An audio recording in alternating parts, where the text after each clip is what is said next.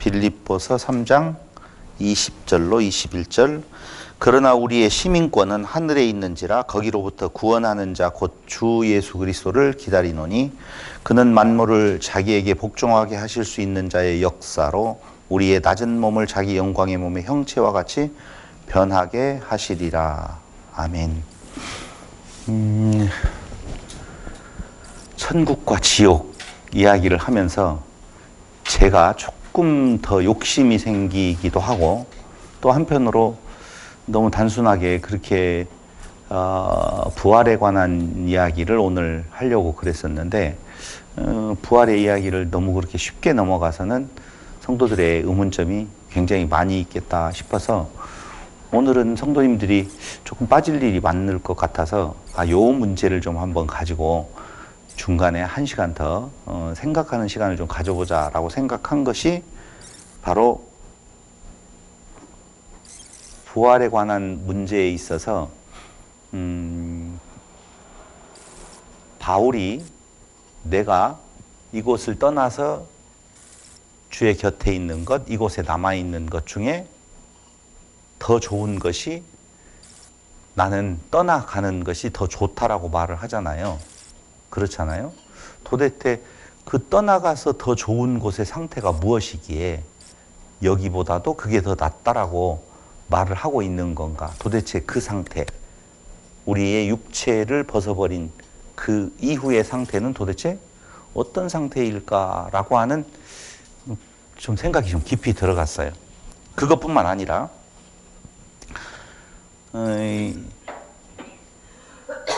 도마라고 하는 존재가 도마가 예수님의 못자국, 창자국을 보고 나는 믿겠다 라고 이야기를 하잖아요. 그럴 때 하시는 이야기는 보고 믿는 자보다 보지 않고 믿는 자가 더 복되다라고 이야기를 한단 말이에요. 도대체 그 말의 의미는 뭘까? 저와 여러분들이 생각할 때 일반적인 생각으로는 예수님 한번 봤으면 좋겠어요? 안 봤으면 좋겠어요? 봤으면 좋겠잖아요. 예수님의 창자국, 못자국도 봤으면 좋겠잖아요. 근데 그 보기를 원했던 도마에게 보고 믿는 자보다 또 모여 있었던 사람들에게 보지 않고 믿는 것이 더 복되다라고 하는 말의 의미는 무엇일까? 이런저런 생각들을 가져가면서 여러분들이 제가 말하고 그냥 지나가 버리면 의문을 갖고 싶어도 질문을 하고 싶어도 제가 당황스러워 할까 봐 질문을 못 할 수 있을 것 같아서 오늘은 이 두 가지 문제에 대한 내용을 가지고 여러분들하고 문제 제기를 하고 최종적인 이야기의 결론은 한 주간 더 뒤로 미루는 걸로 생각을 했어요. 자, 한번 들어보자고요. 성경이 말하는 성도의 최종 목적지는 죽어서 천국 간다가 아니라고 지금까지 말씀을 드렸어요. 죽어서 천국 가는 것이 성도들에게 있어서의 최종 목적지가 아니라고 하는 것은 성경이 말하는 내용이에요. 또 하나 재미난 것은요, 갑자기 쑥 들어가지만 바울이 바울 서신에서 죽어서 천당, 예수 천국, 불신 지옥이라고 우리가 보편적으로 전도할 때 써먹는 구호잖아요. 예수 천당, 불신 지옥. 근데 바울 서신에 불신 지옥이라고 하는 개념이 몇 번이나 들어가 있을 것 같아요? 지옥이라는 단어가? 그건 말도 안 되지. 어떻게 그걸 질문이라고 하느냐. 봐봐요.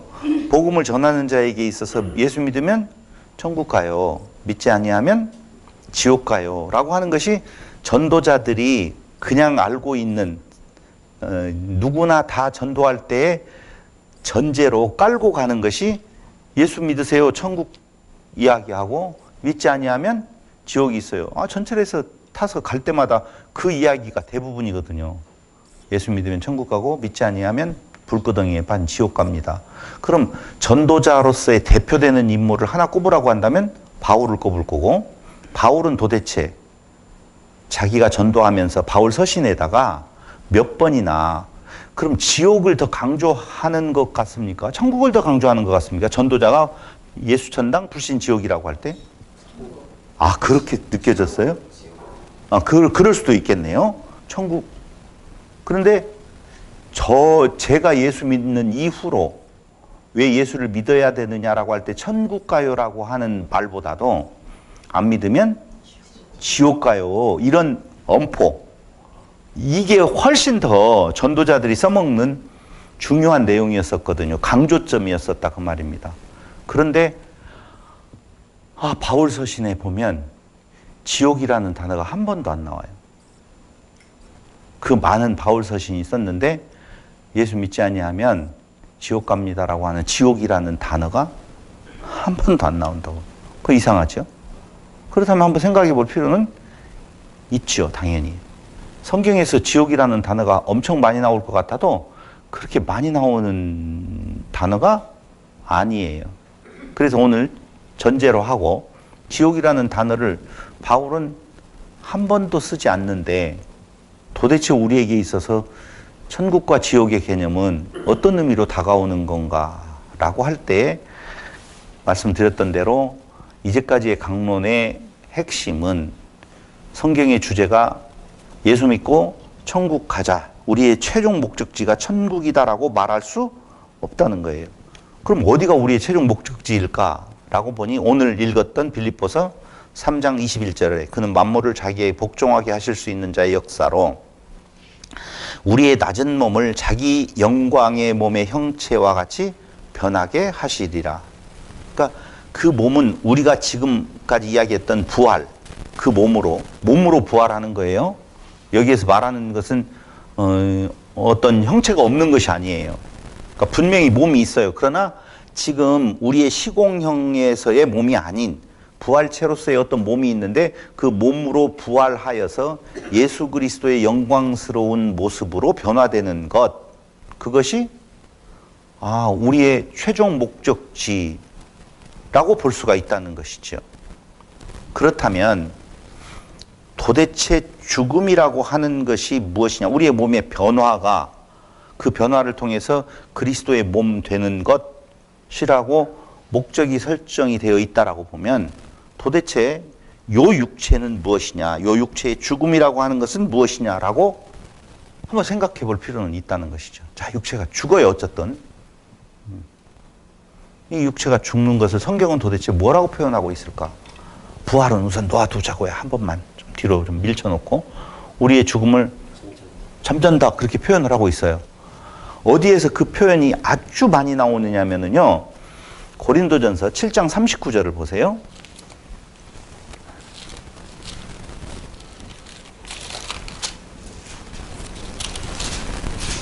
읽어드리겠습니다. 39절. 아내는 고린도전서 7장 39절.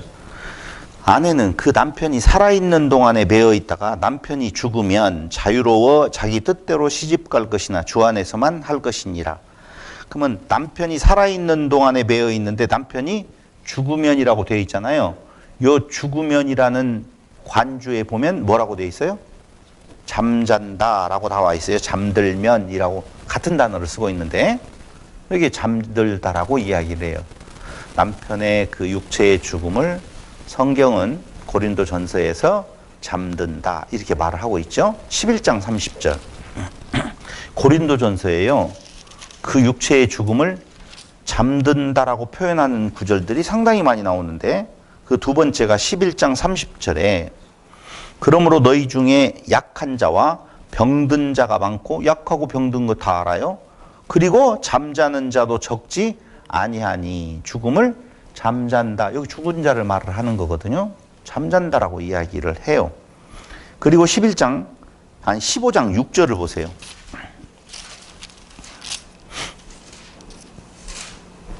그 후에 500여 형제에게 일시에 보이셨나니 그 중에 지금까지 대다수는 살아있고 어떤 사람은 잠들었으니 예수님의 부활을 목도한 자 중에 살아있는 자가 있고 죽은 자, 잠든다, 잠잔다 라고 표현하고 있는 것입니다. 거기에 18절을 보세요. 15장. 또한 그리스도 안에서 잠자는 자도 망하였으리니 그리스도 안에서 잠자고 있다고 또 표현을 하고 있네요. 그렇죠? 그럼 또 하나 또 보자고요. 20절. 그러나 이제 그리스도께서 죽은 자 가운데서 다시 살아나사 잠자는 자들의 첫 열매가 되셨도다. 여기도 역시 육체의 죽음을 잠잔다라고 표현하고 있고, 마지막 하나 찾아보죠. 아니, 고린도전서에서 51절. 보라, 내가 너희에게 비밀을 말하노니 우리가 다 잠잘 것이 아니요 마지막 나팔에 순식간에 홀연히 다 변화되리니. 그러니까 잠자는 자들이 있고 마지막 때에 홀연히 변화되는 이 육체를 가지고는 절대 아니라고 하는 내용도 말을 하면서 죽은 자들을 향하여서 잠잔다라고 표현하고 있습니다. 하나만 더 찾아보고 넘어가죠. 데살로니가전서 4장 13절로 15절. 형제들아, 자는 자들에 관하여는 너희가 알지 못함을 우리가 원하지 아니하노니. 여기도 잔다, 자는 자들. 이는 소망 없는 다른 이와 같이 슬퍼하지 않게 하려 함이라. 우리가 예수께서 죽으셨다가 다시 살아나심을 믿을진데 이와 같이 예수 안에서 자는 자들도 하나님이 그와 함께 데리고 오시리라. 우리가 주의 말씀으로 너희에게 이것을 말하니 주께서 강림하실 때 우리 남아있는 자도 자는 자보다 결코 앞서지 못하리라. 전부 고린도전서, 데살로니가서에서 죽음을, 육체의 죽음을 잔다라고 표현을 하고 있는 것을 보는 것입니다. 그런데 잘 한번 생각을 해보자고요. 그럼 우리가 육체의 죽음, 그것을 잠잔다라고 이야기를 하고, 그 잠자는 상태, 이것이 의식이 없는 상태라면, 잠잘 때 의식 없잖아요. 의식이 없는 상태라고 보면, 그리고 어떤 사람의 생각하는 것처럼 육체의 죽음 후에 예수님의 그 피지컬한 어떤 보이는 재림이 있고 하나님 나라가 형성이 되어진다라고 전제하고 놓아두었을 때에, 그때까지 어떤 죽은 자의 그 상태가 잠자는 상태여서 우리가 1시간을 자든 10시간을 자든 똑같이 자고 일어났다라고 할 때는 시간이 가는 것을 모르는 것처럼 그렇다라고 전제하고 보자고요. 그렇다면 그 무의식의 상태로 계속되어지는 잠자는 상태라고 말한다면, 여러분들이 바울이라고 보면 조금 전에 바울의 이야기를 고백하겠냐고요. 뭐라고 고백했어요? 더 좋다. 나는 떠나서 주의 곁에 가는 것이 더 좋다. 그러나 남아있는 것이 너희들에게는 더 좋다라고 말하는 고백을 할 수 있겠냐고요. 여러분들과 저라면 바울과 같은 입장에서 그 무의식의 상태로 어떤 기간 동안 그 가는 것이 죽음의 정이라고 보면 그것을 더 좋다라고 말할 수가 있겠냐. 답을 안 하시네요. 그래서 성경 한 구절 더, 빌립보서 1장 23절, 그 내용을 확인하고 가야 되죠. 더 좋다라고 말하는.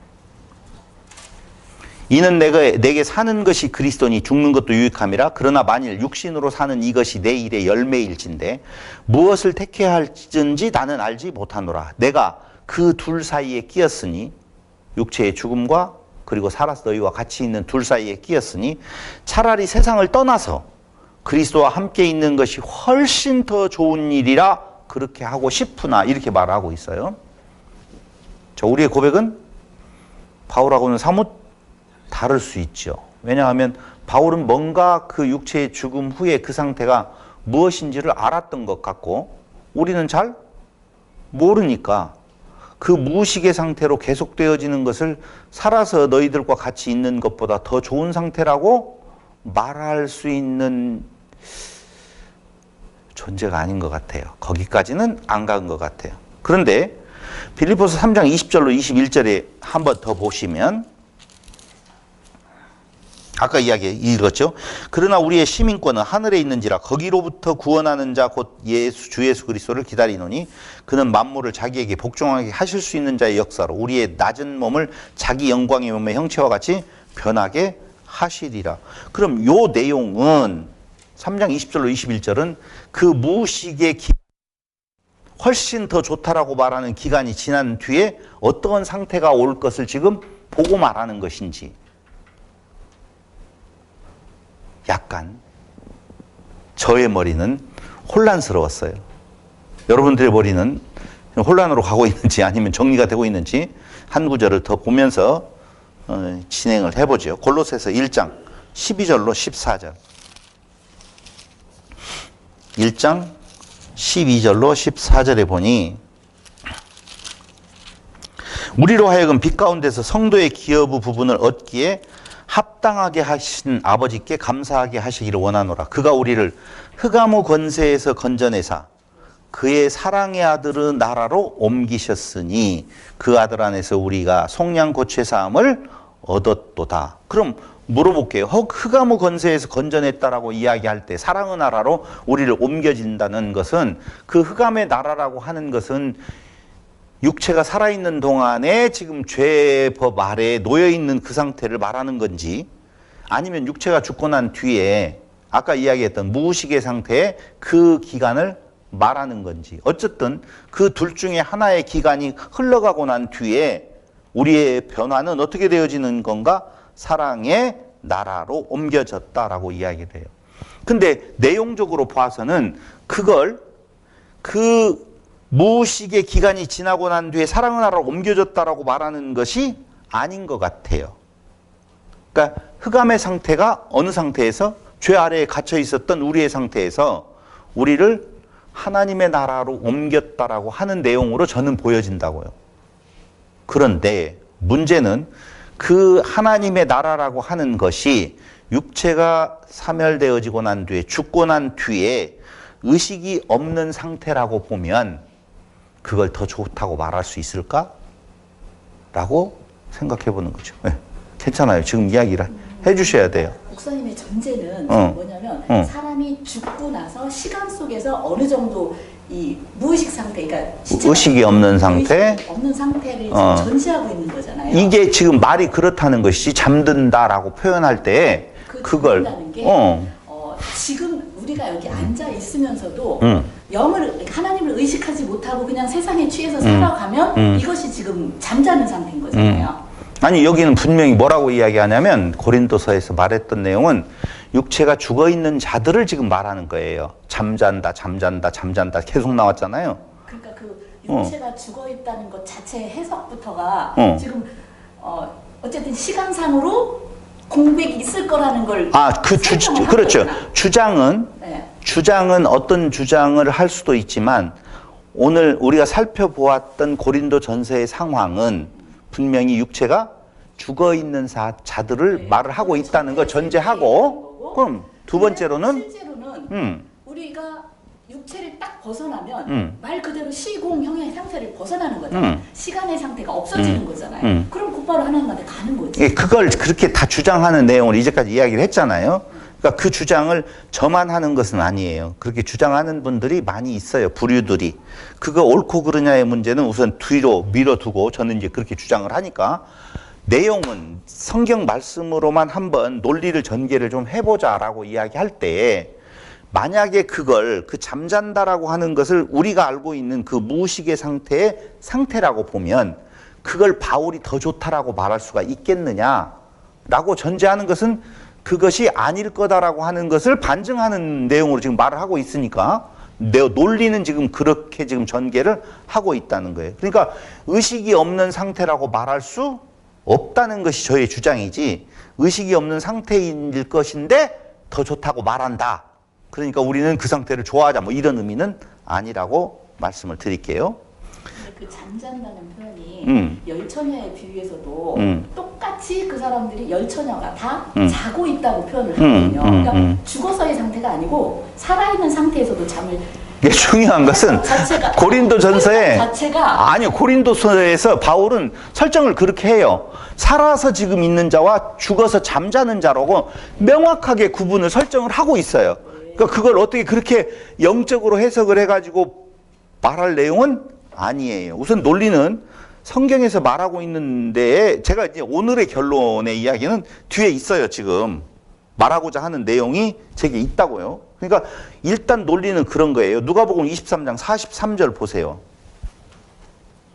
이게 송 집사님 이야기하는 내용을 반증해주는 내용이 나와요. 증명해주는 누가복음 23장 43절. 무슨 이야기인지 알죠?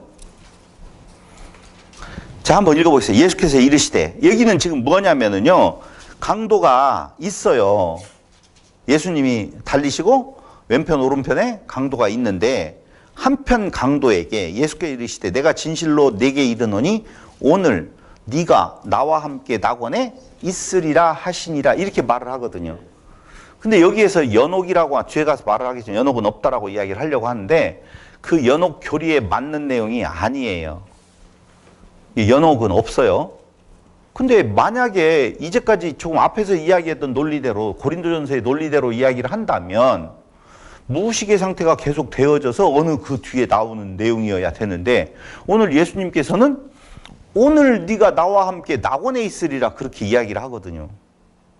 그럼 그 오늘이라고 하는 때가 언제냐면은 그 강도도 그 예수님도 죽음에 이르는 상태에 이르렀을 때에 너는 어느 기간이 지나고 난 뒤에 연옥에서 기다리고 있다가 뭐 이런 내용이 없어요. 그리고 내가 오늘 낙원에 나와 함께 있다라고 할 때 그 강도는 그 낙원에 들어가는 조건으로서의 어떤 기간 동안에 공을 들여야 된다든가 후손들이 뭐 빌어야 줘야 된다든가 지금 연옥교리를 말하고 있는 자들의 내용하고는 전혀 상관없이 그냥 그 강도였었는데, 그 강도는 돈을 훔친 강도, 사람을 죽인 강도라고는 안 한다. 거기도 정치적인 개념이 있다라고 다 설명은 해요. 그런 것은 여기에서 그렇게 중요하지는 않아요. 어쨌든 그가 죽었었을 때에 어디에? 오늘 네가 낙원에 나와 함께 있다고 말하거든요. 그럼 앞에 이야기했었던 대로 우리의 최종 목적지는 예수 그리스도의 영광스러운 모습으로 변화되는 거라고 이미 빌립보서를 통해서 살펴보았다라고 보면, 그 강도는 그 무의식의 상태에 어떤 기간이 없이 바로 그 상태에 이르게 되어지는 것이잖아요. 헷갈리죠? 로마서, 그러면서 로마서 5장 1절로 2절. 그러므로 우리가 믿음으로 의롭다 하심을 받았으니 우리 주 예수 그리스도로 말미암아 하나님과 화평을 누리자. 또한 그로 말미암아 우리가 믿음으로 서 있는 이 은혜에 들어감을 얻었으며 하나님의 영광을 바라고 즐거워하느니라. 뭔가 중간에 어떤 기간 동안이 필요해서 그곳에서 변화되어지는 과정을 통해서 천국을 간다, 이런 개념이 없단 말이에요. 로마서에 보면. 또 한 구절을 더 본다면 6장 8절로 11절에 보면, 만일 우리가 그리스도와 함께 죽었으면 또한 그와 함께 살 줄을 믿노니 이는 그리스도께서 죽은 자 가운데서 살아나셨음에 다시 죽지 아니하시고 사망이 다시 그를 주장하지 못할 줄을 알미로라.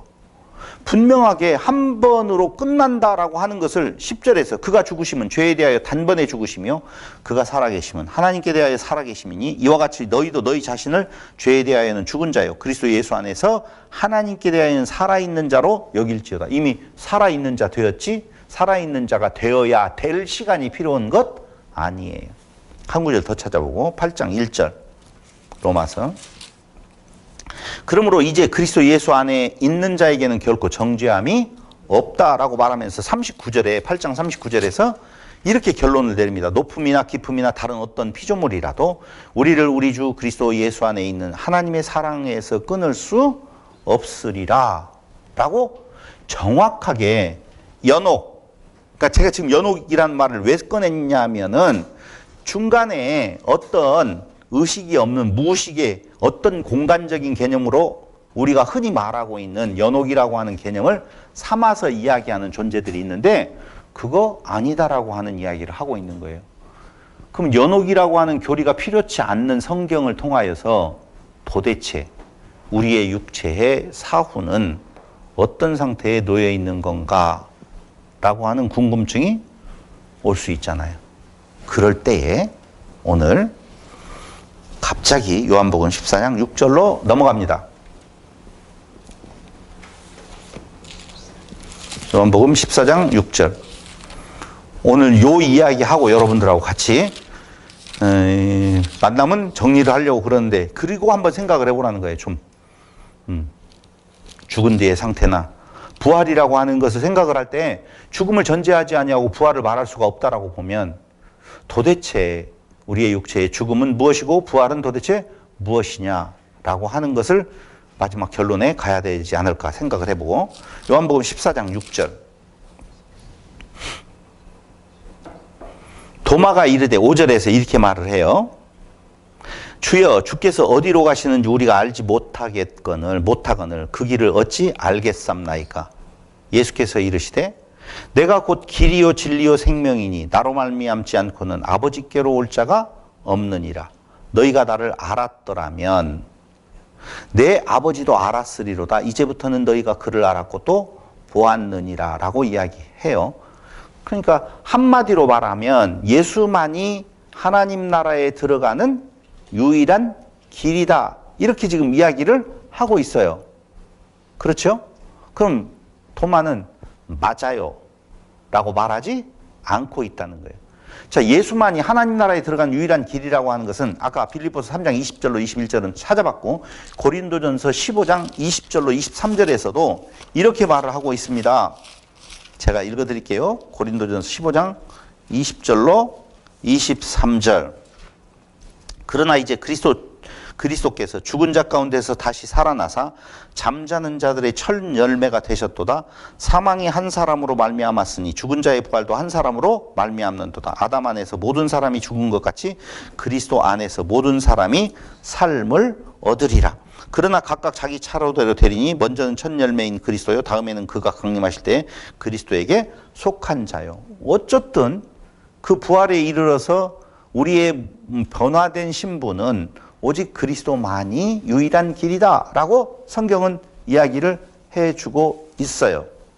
그런데 요한복음 14장 2절 즉 14장 지금 6절에서 도마하고 예수님하고의 이야기는 뭐가 전제되어지냐면 요한복음 14장 2절로 4절이 전제되어져요. 그게 요한복음 2장 4절로 2절로 4절 14장 미안해요. 1절부터 보죠. 너희는 마음에 근심하지 말라. 하나님을 믿으니 또 나를 믿으라. 내 아버지 집에 거할 곳이 많도다. 그렇지 않으면 너희에게 일렀으리라. 내가 너희를 위하여 거처를 예비하러 가노니 가서 너희를 위하여 거처를 예비하면 내가 다시 와서 너희를 내게로 영접하여 나 있는 곳에 너희도 있게 하리라. 내가 어디로 가는지 그 길을 너희가 아느니라 라고 이야기를 하니까 그러니까 예수님은 우리의 거처를 예비하러 가셨던 거예요. 그렇잖아요. 예수님께 십자가에 죽으시고 지금 이 땅 위에서 보이지 않는 것을 거처를 예비하러 간다라고 표현을 하고 있어요. 그런데 요한복음 5절에서 도마는 아리송해요. 아니 5절에서 도마가 이르되 주여 주께서 어디로 가시는지 우리가 알지 못하거늘 그 길을 어찌 알겠삼나이까? 라고 아리송한 질문을 지금 예수님에게 던지고 있다는 거예요. 그리고 요한복음 20장에 이런 내용이 나오는 거예요. 우리가 너무너무 잘 알고 있는 십자가와 부활에 대한 이야기를 말을 하고 있어요. 20장. 자, 안식구 첫날 예수님께서 부활하셨어요. 부활하시고 이제 나타나시는데 그 나타났던 것을 보았던 자들이 예수님이 살아나셨다라고 이야기하니까 도마는 무슨 소리야? 그럴 리가 있어? 라고 의심하면서 요한복음 20장 24절로 25절을 보시면 24절 12제자 중에 하나로서 디두모라 불리는 도마는 예수께서 오셨을 때에 함께 있지 아니한지라 다른 제자들이 그에게 이르되 우리가 주를 보았노라 하니 도마가 이르되 내가 그의 손에 못자국을 보며 내 손가락을 그 못자국에 넣으며 내 손을 그 옆구리에 넣어보지 않고는 믿지 아니하겠노라 하니라. 그러니까 여기에서 우리 한 가지 생각해야 될 것이 있어요. 예수님께서 왜 손에 못자국, 옆구리에 창자국을 도마로 하여금 넣어보게 하셨을까? 왜 그랬어요? 그래서 지난 시간에는 제가 뭐라고 이야기를 했냐면 그 예수님의 그 죽음의 의미를 명확하게 말할 수 있는 표지가 옆구리에 창자국, 손에 못자국이기 때문에 그걸 보여주고 만져보라고 했다라고 말씀을 드렸잖아요. 그래서 우리에게 있어서 하나님 나라에서의 삶이 있었을 때에 이 땅 위에서의 시공형의 그 경험이나 내용이 과연 기억될 수 있을 건가 없을 건가? 있다 없다? 있다? 그 내용으로 보면 맞아요. 근데 그곳인가? 예수님에게 있어서 가장 정확한 표징은 못자국, 창자국이니까 그걸 계속 그 부활한 모습 그걸 가지고 살아갈까? 이런 생각도 해볼만하잖아요. 그건 아닌 것 같아요? 그럼 왜 그걸 갑자기 보여요? 의심을 하니까 확인시켜줘요. 그래서 그게 뭐냐면은 도마가 그걸 보고자 했으니 그걸 보여준 거예요. 그러니까 도마가 아무 말이 없었는데 창자국 봐라, 못자국 봐라가 아니라 나는 그 못자국, 그 창자국을 보아야만이, 너 보아야만이 나는 믿겠다라고 하니까 그걸 보여줄 수 있는 것이 부활체라고요.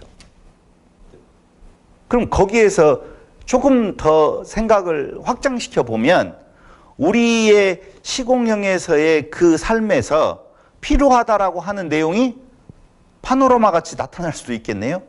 아니, 웃을 일은 아니에요. 그냥 이 내용으로 봐서는 그럴 수 있다라고 하는 것이 저는 정답이라고 봐요. 저는 그렇게 생각을 한다고 지금 말씀을 드리면서 일단 아리송한 도마가 의심하는, 그래서 도마를 흔히 누구라고 이야기하냐면은요, 논리 실증주의자라고 이야기를 해요.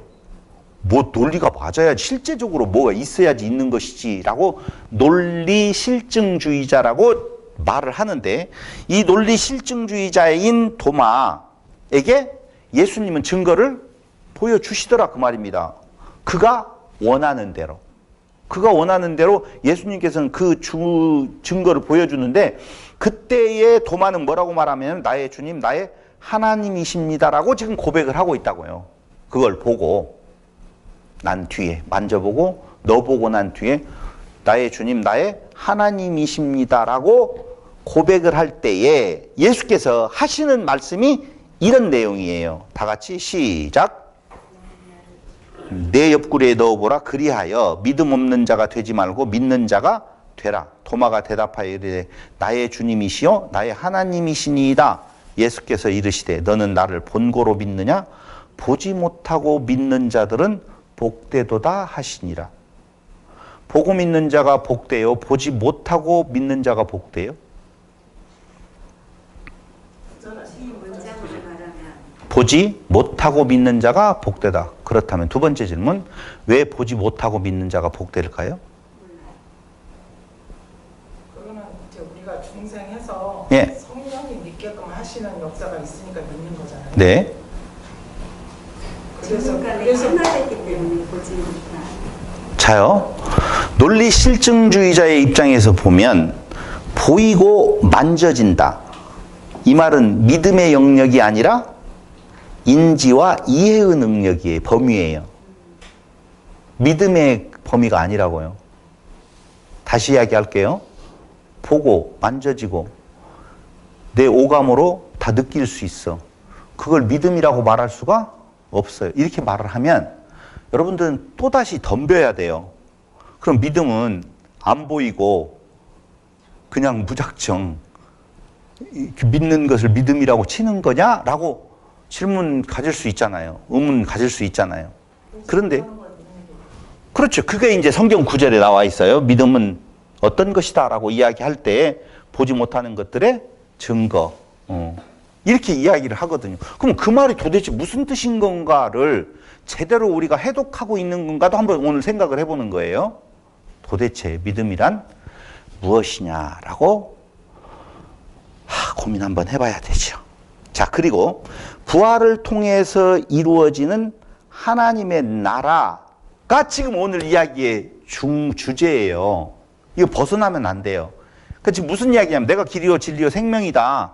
내가 어디로 가는지 난 알지 못하냐? 내가 곧 길이요 진리요 생명이다 라고 이야기하면서 예수님께서 그 길이요 진리요 생명이신 내용을 보여주신 사건이 바로 뭐냐면은 십자가의 죽으심과 부활이었단 말이에요.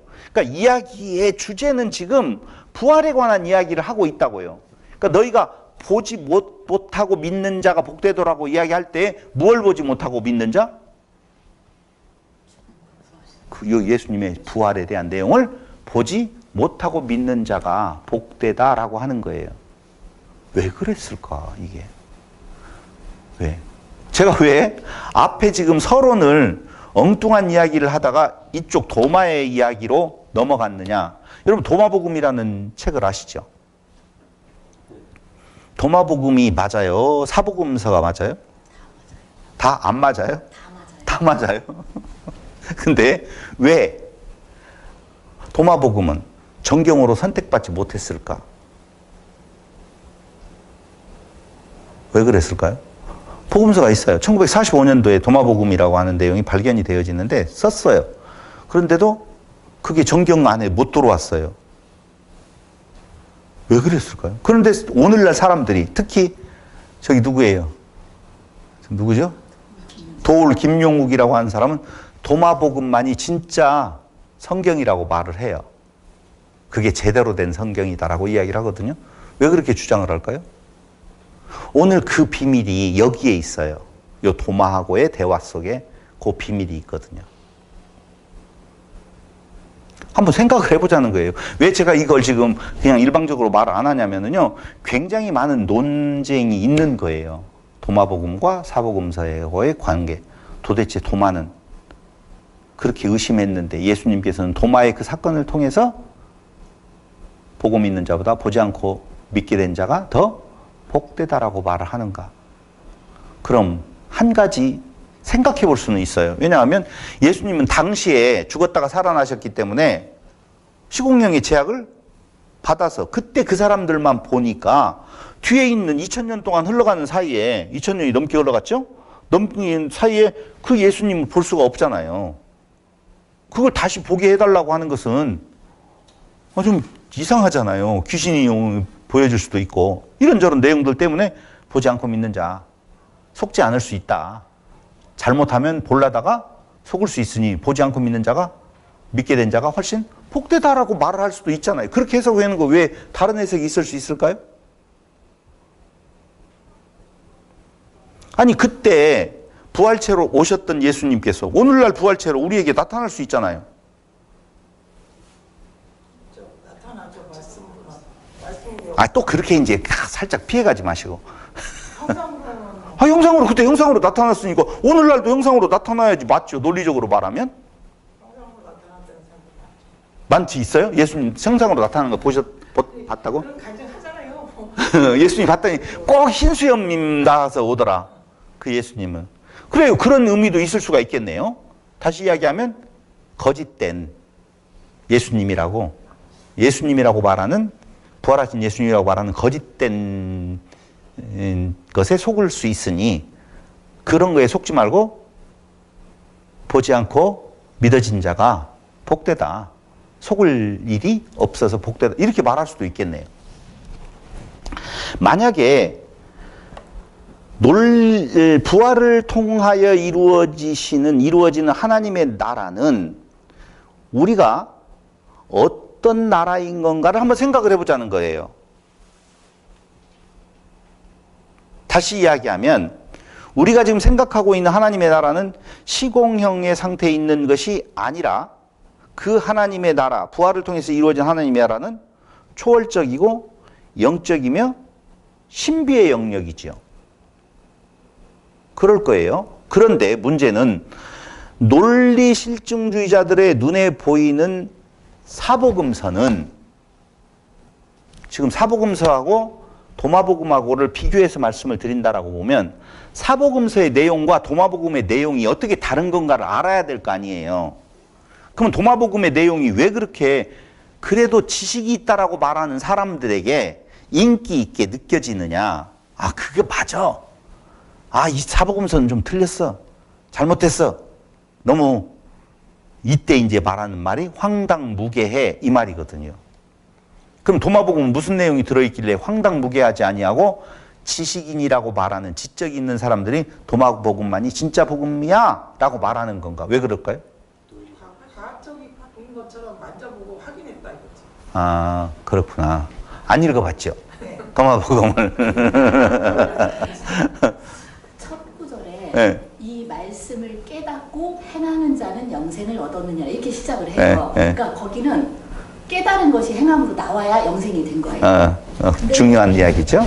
사복음서는 그냥 믿으면 영생이야. 그렇게 그런 내용도 있지만 정확한 차이는 뭐냐면요. 도마복음에는 이적이 없어요. 다 빠져 있어요. 예수님이 행하신 뭐 이적이네 뭐 등등에 대한 이야기들이 있잖아요. 우리가 말하고 있는 기적적인 내용, 예수의 기적 이야기가 하나도 없어요. 그럼 뭐만 있어요? 예수님께서 좋은 가르침 했던 것만 가득 차 있어요. 도마복음에는. 근데 목사님, 네. 도마가 쌍둥이잖아요. 그건 여기서 이야기하지 말고. 쌍둥이니까 둘 중에 한 명은 도마가 쌍둥이로 나오던가요? 네, 쌍둥이예요. 여기서 쌍둥이로. 그래요? 쌍둥이 도마라는 해석이 예수와 쌍둥이인다. 그래서 내가 어. 예수가 되어야만 구원을 받는다는 거죠. 나는 그러니까 그건 도마가 진짜 쌍둥이. 잠깐만요.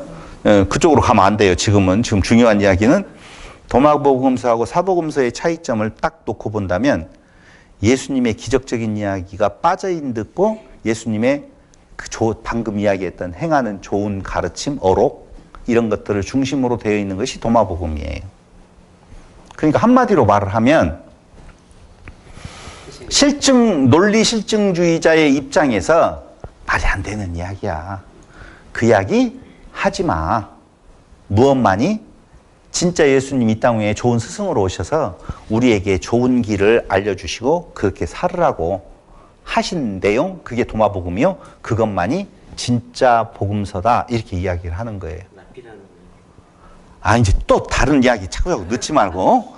넣으면 이제 다 맞는 이야기지만 여기에서 중요한 내용 무엇을 말을 하려고 하느냐면은 도대체 예수님은 왜 복음 있는 자보다 보지 않고 믿게 된 자가 더 복되다라고 말을 하셨을까? 그 이야기예요. 왜요? 그 이야기. 봐봐요. 신이 인간의 이해 속, 다시 말씀드리면 논리 실증주의예요. 그것에 의해서 파악된다면 그게 신이에요? 그 신일 수가 없어요. 인간의 논리대로 해서 충분히 이해되어지고 그렇습니다라고 이야기하는 것은 뛰어난 인간의 영역이에요. 그래서 예수는 신이라고 볼 수가 없는 거죠. 예수가 신이 아니면 그 정도의 업적을 쌓고 살아간 자들을 같은 계열에다 같은 반열에다가 놓고 평가할 수도 있고 나도 거기에 올라갈 수 있다라고 말하는, 그게 이제 불교에서 말하고 있는 깨달은 자의 경지에 이르는 자, 세상을 널리 이롭게 할 수 있는 어떤 지도자 정도로 생각할 수가 있다는 것이죠.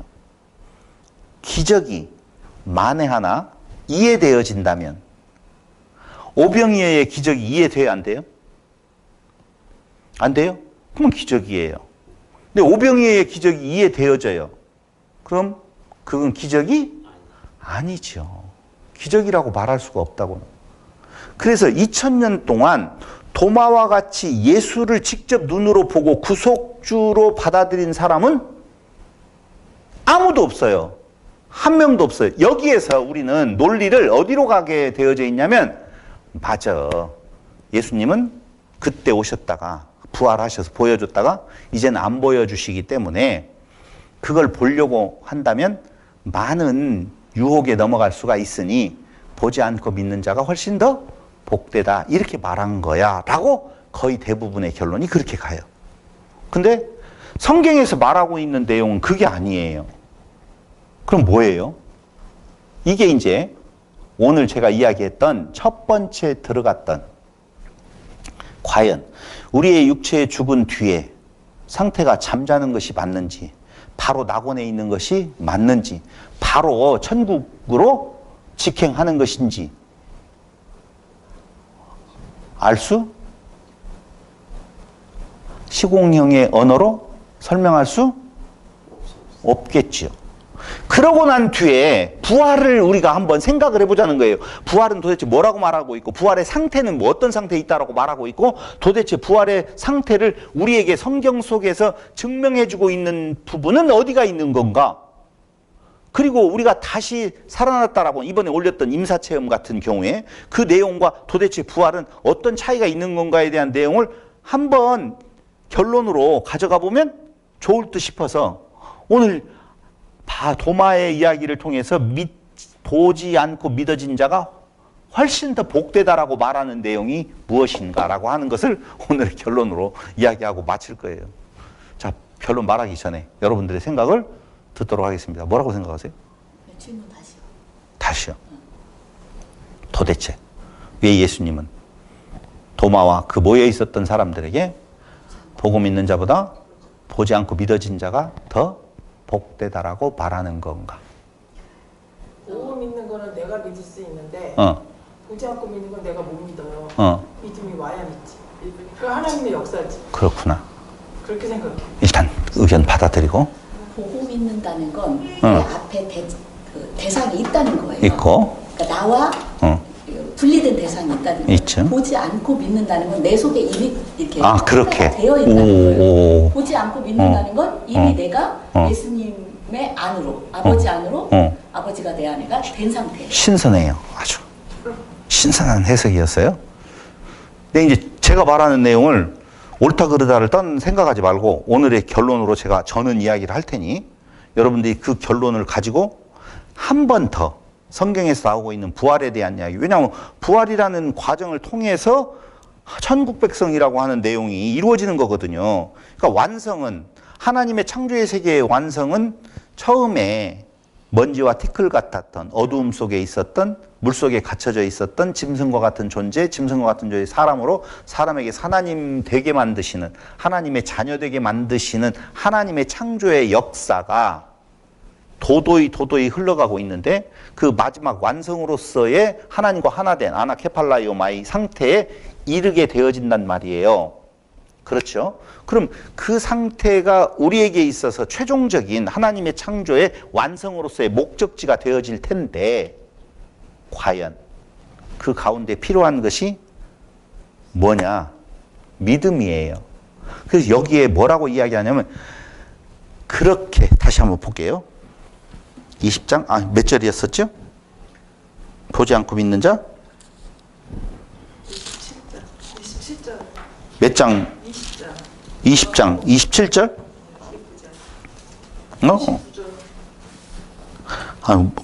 어디를 찾아봤어요, 저?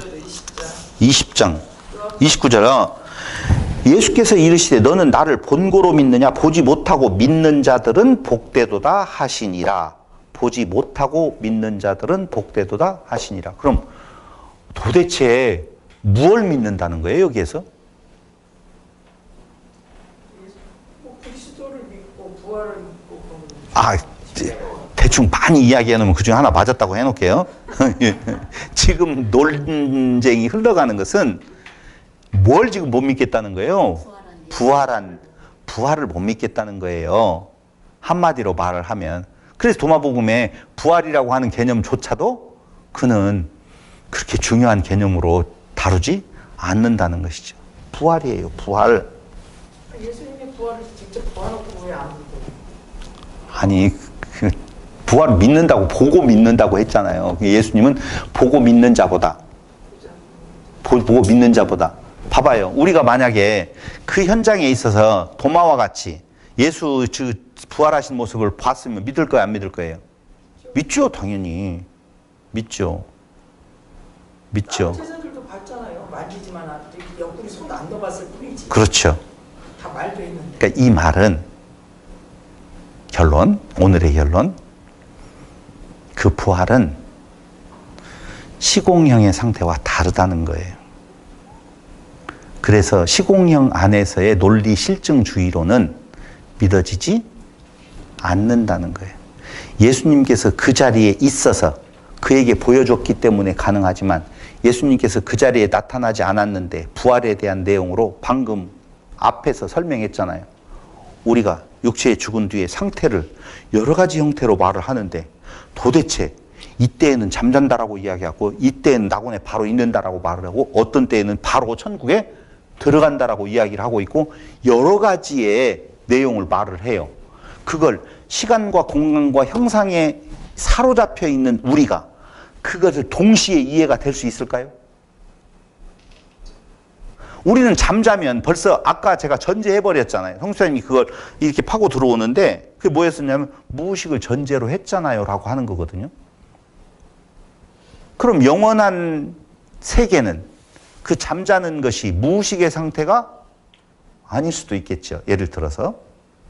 그러니 시간과 공간과 형상 아래 있는 그 영향 아래 있는 내가 그 부활을 이해한다라고 하는 것은 그건 다른 세계다라고 하는 것을 이야기하는 거예요. 그러니까 저는 여기에서 뭘 이야기를 하려고 하냐면은 부활은 우리가 생각하는 것처럼 이 몸이 다시 살아나서 이 몸으로 다시 살아가는 세계라고 하면 나는 안 하고 싶다는 거예요. 보세요. 지옥이 왜 지옥이에요? 아, 그렇게 말하면 좀 이상하다. 한번 물어보죠. 성경에 나오고 있는 지옥이라고 하는 내용이 하데스, 게헨나, 그리고 딱 한 번 쓰이는 단어, 그 단어는 지금 기억이 안 나는데 내용이 있는데요. 그걸 이것이 지옥이다라고 말하는 내용이 거의 없어요. 없고 다 뭘 이야기하면 게헨나, 흰놈의 골짜기, 거기에 불타오르고 있는 그 상태, 그것을 그 개념을 가져다가 그 지옥을 설명해요. 그래서 지옥을 이야기할 때 제일 많이 떠오르는 단어가 불탄다 그 말이거든요. 네. 죽었어요. 죽었어요. 전 아버지의 그 유고를 수습하면서 내가 느낀 것이 있는데 인간적으로 말하면 아, 화장이 훨씬 낫겠다라는 생각을 내가 100번도 더 가졌어요. 이번에. 벌써 언제적 아버님이 돌아가셨는데 아직 육탈이 다 되지도 않아가지고 물 가운데 있는데 그 모습을 보고 차라리 불 가운데 들어가는 것이 낫겠다라고, 저 죽는다라고 보면 그럼 불구덩이라고 해서 지옥인데 그 화장하는 것이 지옥에 들어가는 건가요? 개념을, 그 게헨나라고 하는 그 개념을 가지고 와서 지옥을 설명할 때 사람들에게 어필이 쉬우니까 불타는 구덩이 같이 꺼지지 않는 불 이렇게 이야기를 하지만 진짜로 여러분 생각을 해보세요. 죽어서 우리의 육체가 화장터에 들어가서 잠깐 동안에 타서 재로 남는 거 하고 이 땅 위에서 살아가는 날 동안에 삶에 대한 내용 어떤 것이 더 지옥이에요? 서양 집사님은 지옥을 맛보지 못할 거예요. 여행 갔는데 지금 얼마나 해피하게 얘기했어요. 사실 인간의 삶을 놓고 보면은 많은 깨달았다라고 하는 사람들이 부처도 그렇게 이야기해요. 인간의 생활을 고라고 이야기하잖아요. 그게 고통스러운 거거든요. 그러니 빨리 이 일반적인 지금 이야기를 하는 거예요. 제가 이 상태에서 벗어나는 것, 거기 지옥이라고 이야기를 하잖아요. 지금 이란과 전쟁에서. 그럼 그냥 나는 가만히 있는데 한 방에 가는 거예요. 우리가 지금 살아왔던, 비행기를 타고 우리나라에 왔던 사람들을 향하여서 나는 공포에 휩싸였어요. 아니 죽지도 한 명도 안 죽고 잘 이렇게 왔는데 뭘 그렇게 뭘 드라마틱하게 이야기를 꾸며내고 있어. 이야기를 하지만 그 공포가 말이 아니죠. 물시설, 석유시설, 그럼 인간의 존엄성이라고 하는 내용이 다 없어졌어요. 이번에 중국 가서 정상이하고 둘이 이야기를 하는데 그 이야기였어요. 처음 중국 갔었을 때 장춘에 갔는데요. 유원지예요. 거기가. 동굴 안에 호수가 있어가지고 배 타고 이렇게 쫙 가요. 거기까지는 좋았어요. 우리 처음 중국 갔었을 때. 걔 어렸을 때거든요. 근데 거기를 가가지고 나와가지고 화장실을 가려고 하는데 화장실이 놀라웠어요. 시골 화장실 중에서 그나마 이렇게 칸이 옆으로는 막아져 있고 요 앞에 문은 없고 거적대기도 없이 그냥 있는 경우는 양반이에요. 그때 당시에 처음으로 문화적 충격을 받은 것이 이렇게 있다면 이렇게 가운데 이렇게만 홈만 있고 여기에 다 앞뒤로 다 전부 다 앉아가지고 볼일을 봐야 돼요. 아마 깔끔 떠는 여성분의 입장에서는 이게 지옥이라고 말할지도 모르겠어요. 너무 얘가 좀 그랬네요. 어쨌든 오늘 예수님께서 보고 믿는 자보다 보지 않고 믿는 자, 그게 더 복되다라고 말하는 내용은 우리가 생각하고 있는 그 부활의 그 통로를 통해서 하나님 나라에 완벽하게 하나 되어지는 내용은 일반적으로 여기에서 지금 조금 더 낫고 조금 더 나은 생활에 대한 내용하고는 비교할 수 없는 다른 차원이다 라고 하는 것을 저는 말하는 것으로 생각을 하기 때문에 지금 논리 실증주의자들의 입장에서처럼 잠자는 것은 무엇이고 그 다음에 어떤 낙원은 무엇이고 아브라함 곁은 무엇이고 이런 내용들을 다 하나하나 이건 이렇다라고 설명할 수가 저는 없다. 그래서 제 결론이 지옥이란 무엇인가에 가서 너무 싱겁게 끝나버릴 수도 있지만 오늘 이 이야기를 통해서 여러분들이 이제는 성경에 나오고 있는 우리의 육체의 사멸 후에 어떤 상태에 있는 건가를 성경이 말하고 있는 것인지 아니면 우리가 알고 있는 것처럼 하나님의 나라를 살다가 영원한 하나님의 나라의 완성으로 옮겨지는 것인지 그 내용들을 한번 생각하는 시간이 되었으면 좋겠다 라고 생각하면서 오늘 말씀을 마치려고 합니다. 질문 있으면 하세요. 괜찮아요. 오늘은 궁금한 점 있으면.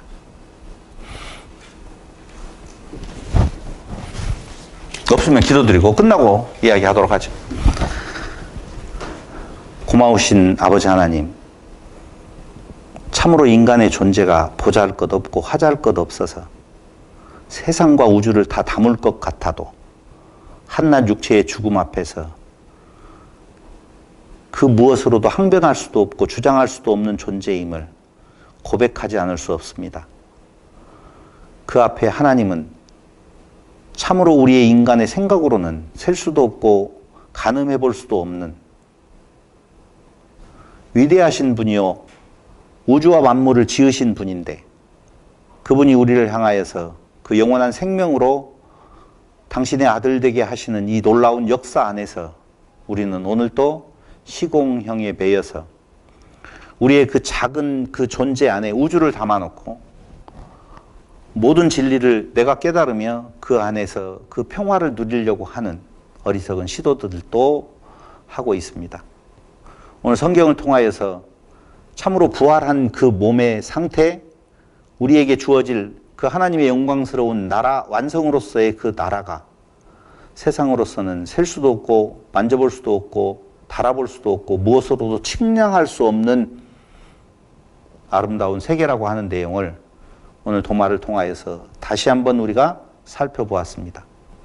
이제 마지막 남은 1시간 동안에 과연 하나님의 나라의 온전한 입성으로서의 부활의 의미와 그리고 성경이 말하고 있는 그 지옥의 의미를 다시 한번 되새김질하면서 하나님이 누구이며 우리에게 주어진 그 사랑이 얼마나 큰 줄 알게 해주시고 그 사랑을 받은 자로서의 이 세상 그 무엇으로도 두려움 없이 그 무엇으로 우리와 그리스도를 사이에 맺은 줄을 끊을 수 없는 확실한 그 믿음 안에서 이웃을 사랑하며 살아가는 성도들이 되게 하여 주시기를 예수님의 이름으로 기도드립니다.